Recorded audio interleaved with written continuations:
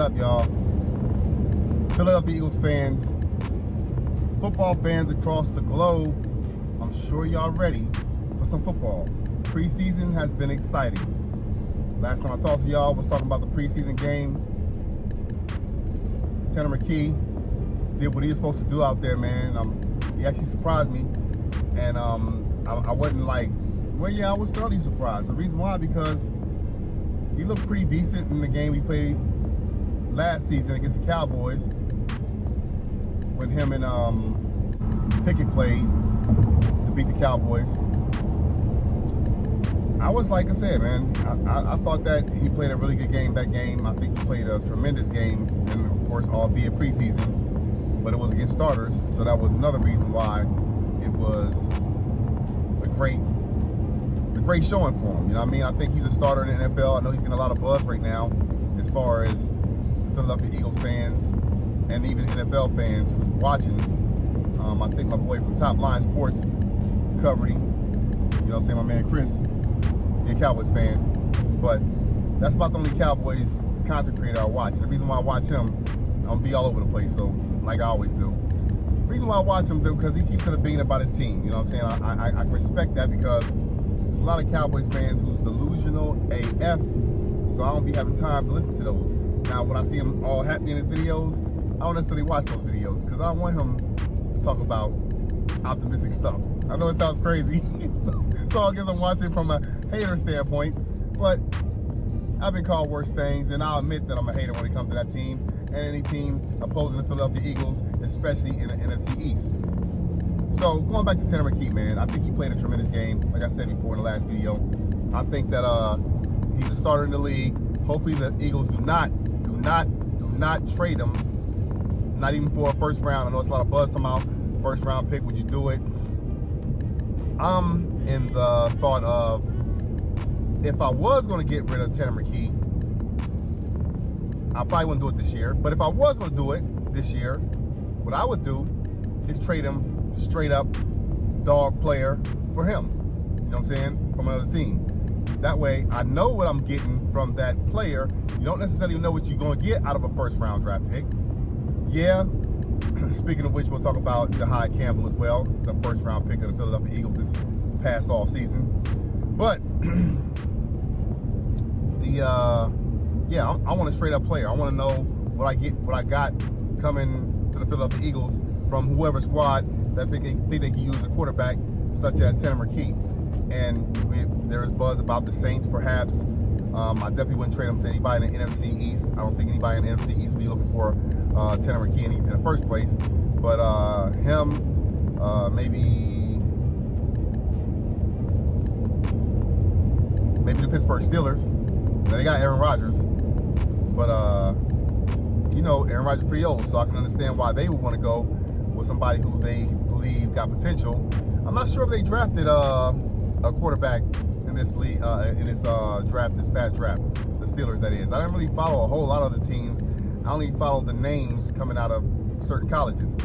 Again, I don't really watch a lot of college, so that tells you all you need to know about that right there. I do plan on changing that, because during an all-season program, I do want to know what I'm talking about when I'm referring to another a player that's coming to the NFL. And I know one of my guys who watched my video when I was talking about Kyle McCord, he was like, relax, man. He ain't played a snap in the NFL. He gonna be a third stringer.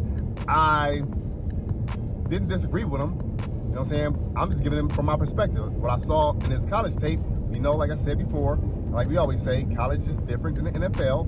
So I understand why one would think that, you know, he might be a backup. He might be a third string, rather. You know what I'm saying? Versus, you know, Tanner McKee. Tanner McKee won a job. DTR, I'm not really loving what I saw from him. Of course, it's another preseason game, and perhaps the third one that he'll play in, and maybe I'll see a little bit more. But going against the second and third stringers, I wasn't very thoroughly impressed with him. I'm not going to lie to you. Kyle McCord threw an interception. I think he only threw for 8 yards or something like that in a game, so it wasn't a lot that he got to show as well. In the NFL, there's an adjustment, so I don't give up on a player just because they hadn't really showed promise the first time you see him play, or it might take a little bit of you know, learning for them to get it.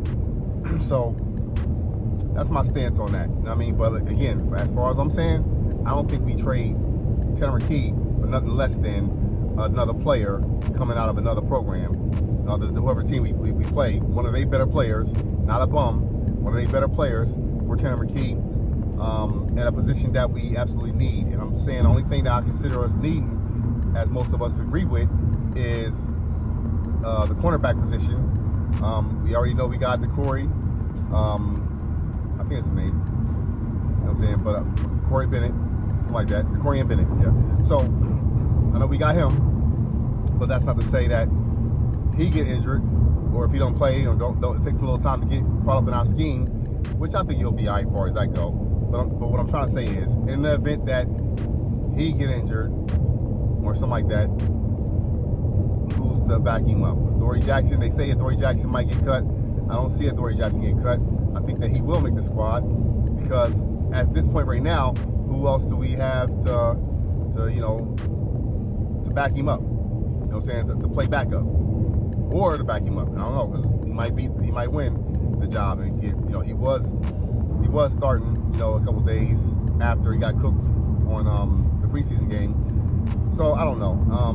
I'm not giving up necessarily on Ringo either. I know he's a great gunner in special teams, so I don't think he'll go anywhere. Real thin at that position. So I personally would be okay with getting Gilmore. I wasn't necessarily wanting to get Gilmore or Isaiah Simmons, and we'll talk about Makuba and that safety position here in a second. I would, and this video won't be that long, I promise you. But we're thin at that position, and I think that we should go about getting just one more cornerback, just in case the Corey and Bennett doesn't add up or doesn't pan out. I think he will personally, like I said in my video. I also think that you got to have depth behind him, because if we trying to repeat, we trying to go ahead and get this trophy once again, and the last thing you want to do is have somebody who can get exposed. We've seen plenty of years that we don't even care to talk about right now, that we was exposed at cornerback position. It was a year that we didn't have no cornerbacks, and the next year we have a great amount of cornerbacks. And I don't know, me personally, I would have kept Isaiah Rodgers. I would have let Slay walk, and I would have kept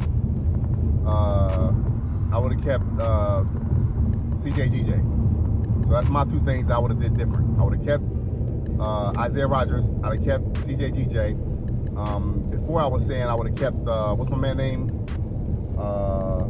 Oren Burks. But we did everything we could to fortify that linebacker position. So I'm not worried about the linebacker room right now. I think we're really good on linebacker room. But so yeah, man, I think that's what I'm gonna wrap up on as far as cornerbacks. And let me know what you think. I want to know what y'all think as well, because I like input, because I don't know everything. I don't proclaim to know everything, but I do know what I know when I know what I know. You know what I'm saying? So give me that, please. But now we'll go to Makuba. Makuba been starting since he came back off his injury, his shoulder injury, I believe it was. And I personally think that Andrew Makuba should get the job, even though it might be a pretty tough feat for him, because what I hear a lot of is Sidney Brown out there doing his thing out there, and that's what I'm talking about. I want to see our guys in-house do our thing and not have to go outside, even though we got draft picks to do it. I want to go outside to go ahead and get more help that may take a little bit of time to get caught up in our scheme. If it has to be done, I'd rather do it early before later. And how he usually does it before the season starts, if he's going to make a move like that. And that's the great thing about preseason. So, Sidney Brown, he's been in the scheme already. He knows what to expect. We didn't see a lot of him last year. He said he was injured. Of course, he was injured, but he was saying he was trying to really fully recover from his injury last season. And he wasn't 100%, though he was out there playing. And he didn't get a lot of opportunity last year as well, but he was in the game, quite a bit last year. I wouldn't say quite a bit, but he was playing. He got some snaps. Not really remembering the number of snaps he got, but Makuba, I'm thinking that we ain't seen nothing from him. I can only tell you about his college tape. I can only tell you about the school he come from. But in my opinion, like I said in my video I made on him, I think he's NFL ready. And if he caught up to speed, kind of like Cooper DeJean did last year, he got kind of injured and nicked up right before the season started, and he ended up coming out and balling out. I understand that that's not necessarily always going to happen in that particular situation. So, but given the school he came from, given the fact that I think the brother know ball already, for the most part at his level, I think that he's still Makuba. And you know I'm high on Sidney Brown. I said it last year, even though we didn't talk about him too much last year, that I think Sidney Brown is a good player. He's just got to tighten up on some things. I think his tackling is, I think his coverage is pretty decent. Some people say his coverage is not that good. I think his coverage was better than the guy that was going to, I keep forgetting his brother's name, you know what I'm saying? He's our other safety who played some considerable amount of snaps last season. Anyway, you know I'm terrible with names, but I know that y'all know I know what I'm talking about, right? So, and it might come to me before I make this video, but anyway, he was a better tackler than Sidney Brown. But his coverage was trash. His coverage was not it. I mean, so we got to do something, man. But I'm hoping that part, because those are the only positions that I'm really fearful of coming out, starting our repeat dominating type of season that I believe that we're up against, that we're gonna actually dial in and take it. I don't think nobody can stop us for real. If we get those two positions fortified to the point where I have no doubt that we have no doubt, I personally believe that we are going to dominate on defense once again. Our defensive line, they haven't been putting up a whole lot of noise in our in the off-season program and also the training camp and what have you, and even the preseason for the most part. You know, but I do think that we will be all right as far as the guys we got in-house. Fangio can coach them up, but those are my only two question marks. And I don't have very much question marks on cornerback, so it'd be nice if we could seal that up. You just need to get somebody with depth, another guy like I said, Gilmore. And if we get Gilmore, you know, and he can stay relatively injury-free as well, and he still play good ball, I think that will be all right. I mean, plus he's a veteran in the room. We'll need a veteran in the room at that cornerback position. So that's where I'm at right now with it. So, oh yeah, before I got here, I want to talk about John Clark interviewing the first head coach that got it done for the Philadelphia Eagles, and Doug Peterson. That was a great video. I checked it out, the whole thing, yesterday, and I must say it took me back, reminiscent of that 2017 season. I get a little emotional when someone talk about that, because there was some of our plays that I remember that I'll never forget. And before that season started, I think I told y'all in another video that because we had all the makings of winning the Super Bowl championship. That year before it started off, I said, too bad I didn't have a YouTube video, so y'all be able to keep receipts on it. But you just have to trust me on this right here. What I said was, before any balls kicked off, anything like that season, I said, if we don't win the Super Bowl this season, I'm gonna always be an Eagles fan, always. You know what I'm saying? I bleed green. That'll never die. It'll never be extinguished. But if we didn't win the Super Bowl that year, I was like, I'm always love my team, I always love my birds. But at the end of the day, I don't think we'll ever win a Super Bowl. I was at the point where you couldn't at that time right there, you couldn't get no better than that as far as the squad we had. And sure enough, and even when Carson Wentz got injured, I said, so my wife can tell you, of course, like I said, I know what I said, so I don't worry about nobody believe me or not. I said, I think we still can do it. I still think we'll win a Super Bowl. I think that all Foles got to do, because I saw him play the rest of the Rams game when Carson Wentz went down. I said all Foles got to do essentially is win 5 more games. You know what I'm saying? Because we got the number 1 seed at that point. I'm sorry, I think we got the first round bye. We were trying to still vie for the number 1 seed after that Rams game. So yeah. Anyway, going back to the John Clark Well, of course, the proof is in the pudding. Bulls won the championship. Eagles won the championship. That was the first one. But I get emotional in a sense because it was such a great year. Now, I got a little emotional when we won the Super Bowl the second time, right? But it was nothing like the first time. You know what I'm saying? It was special, and some will argue that it was better than the first time because the fashion that we smashed, the competition in the Kansas City Chiefs. So some people will say that was better. I would have still been heartbroken if we didn't win it. You know what I'm saying? Because I was pissed off we lost the first one against them. Because I thought we had a better team than they did. I thought we should have won that one. And in my mind, we still should have. But anyway, to hear Doug Peterson talk about the Philly special and, how they went over it. And of course, I knew this information anyway. How they went over it in practice before. And he was actually on a brink of just cutting the play out altogether. They never used it in the NFC Championship game against the Vikings, and then he came back 2 weeks later in the Super Bowl, and they ran it, and you would have never thought they had a problem with it because it worked like music in motion, poetry in motion. You know what I mean? It worked out so great for us, as we already know. But then,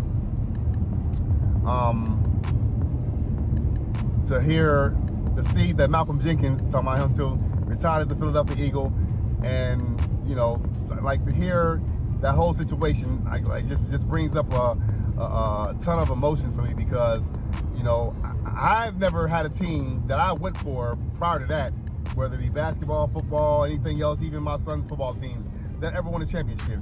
So I don't believe in all this other stuff, but I kind of thought for a minute damn, is it just me? You know what I'm saying? Every team I go for, just never can get it done.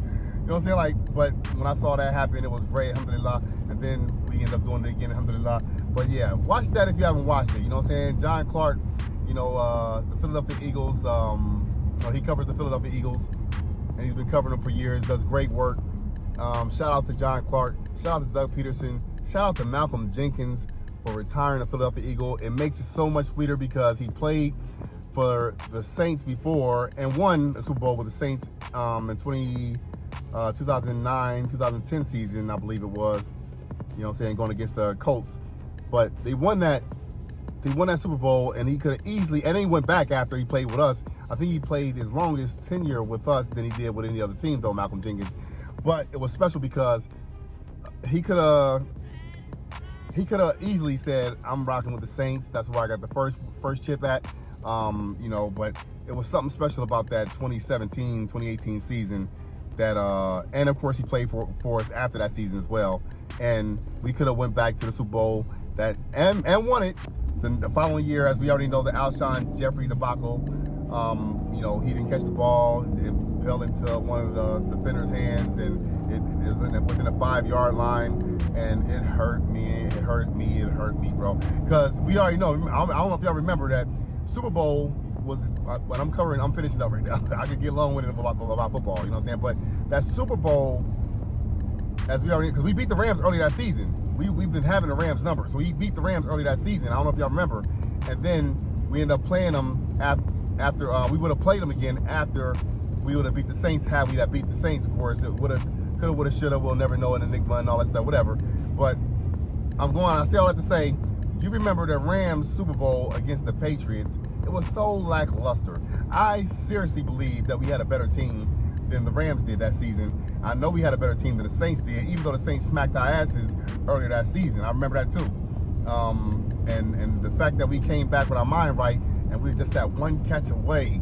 You ain't gonna tell me if we got that catch, it'd have been a first down, and if I'm not mistaken, it'd have been a first down, and we'd have been able to run it in for, 2 or 3 yards. I think it was on the 3 or 4 yard line. I forgot exactly where. I know it was real close to the end zone, and it never materialized, of course. It's water under the bridge. We could be 3 times, it is what it is. But 2 is great, and I think we're building for something much, much greater than we can ever imagine. So Philadelphia Eagles fans all over the world, please, please, please stay patient. I do believe that we have a lot of great things ahead of us. We had a whole mind of memories of us not performing the way that our team should have. But I think, like I always say, it's a totally different era, and I think the Philadelphia Eagles have the manpower as far as the team, the roster that is. I think we have the coaches, And I think we have, experience. Even though we're a young team, I think we have experience because we won a championship on our side. And I think that really, with the offensive line that we got, shout out to, Landon Dickerson. I'm glad that he didn't suffer something that was season ending. I'm glad his injury should be pretty. Oh my God, I'm supposed to get off on that exit. That his season, is great, and he come back in full recovery and balls out for us. I do believe he will.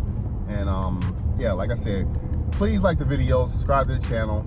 I love y'all, all y'all, man. I thank y'all so much for rocking with me. I love them day ones, man. Y'all, hey, please stick in there with me. We gonna get it cracking. I got something real special brewing for kickoff and before the season start. I'm gonna have some more videos, kind of like the one I had about LB. You know what I'm saying? It's not gonna be about anybody else, more or less. It's gonna be y'all just gotta wait and see. You know what I'm saying? I want y'all to check it out though. It'll be coming out. Give me another week or so. I'm gonna go ahead and get the rest of these clips and get it out of there. I got we got some good stuff coming for y'all. So please just keep on tapping in. And y'all know who it is. Your host, Platinum Eagle, and this is Platinum Eagle Podcast. Be great. I love y'all. Stay tuned for more. Be coming at y'all. Fly, Eagles, fly, go birds.